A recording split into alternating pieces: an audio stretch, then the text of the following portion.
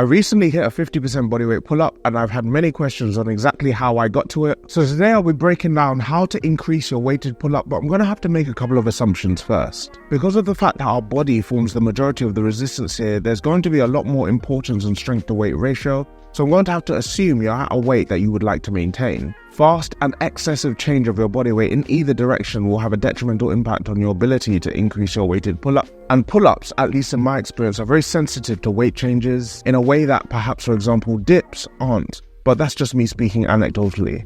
Get too heavy too quickly and you might not adapt fast enough to lift more weight. Become too light too quickly and you might lose too much muscle in the process, which will have a drastically detrimental impact on your pull-up 1 rep max. I'm going to also assume here that you've dealt with any imbalances. We often have one side that's typically stronger than the other, and we want to minimize this as much as we can as we start working to higher tier goals. With all that aside though, let's talk about the mistakes that we need to avoid in order to increase our weighted pull-up. And a common one is that we're adding weight to our pull-ups too early.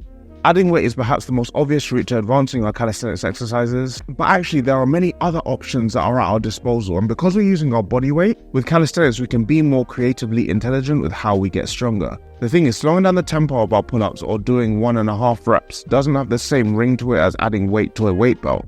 But if you can only perform about 3 pull-ups, your overall ceiling for strength gain is going to be considerably lower.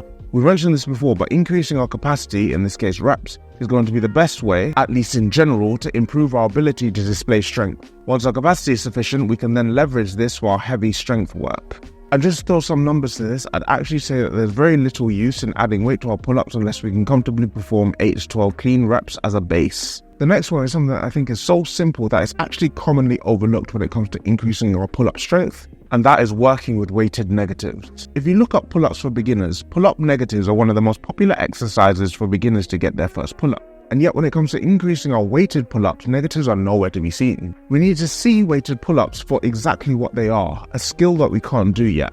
And like any other skill, slow eccentrics are a fantastic tool for turbo boosting gaps. We are up to 30% stronger in the lengthening phase of an exercise, so simply load up on the belt with a weight that you cannot lift and perform the lowering part of the rep. In terms of how much weight, please be sensible with it. There's no point in loading up a belt with 100 kilograms and getting injured because your 1 rep max is 10 kilograms. I would suggest starting with 10% more weight than your current 1 rep max and experimenting there with negatives for at least 7 seconds. Weighted pull-up negatives were a fantastic plateau buster for me when it came to increasing my pull-ups to about 50% of my body weight. I do plan on continuing to use weighted pull-up negatives to increase my pull-ups even further. We also want to make sure that we understand the difference between our 1 rep max and our working weight, because when you train it can be tempting to lift as heavy as we can whenever we get our hands on the bar.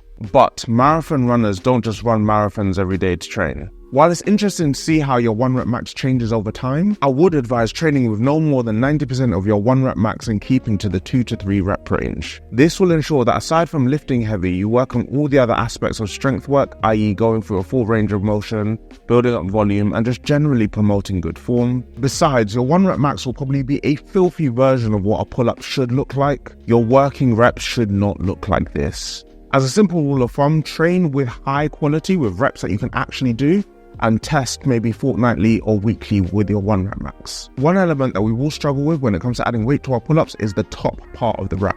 I mean, the part of the movement we struggle with most typically is the top of the pull-up anyway, but this will only become more pronounced when working with weight, but we want to make sure that we don't neglect this part, especially as most will only consider a pull-up if your chin clears the bar. This is why at the end of my sessions I typically add 1 to 2 sets of a pull-up isometric hold with weight. This ensures I get more volume in the area of the pull-up where we're typically weakest, more so than the split second we may spend there when we do a weighted pull-up normally. Crowd, use these tips to level up your pull-ups, and if you want to understand how lat pull downs help your pull-ups, then check out this video right here.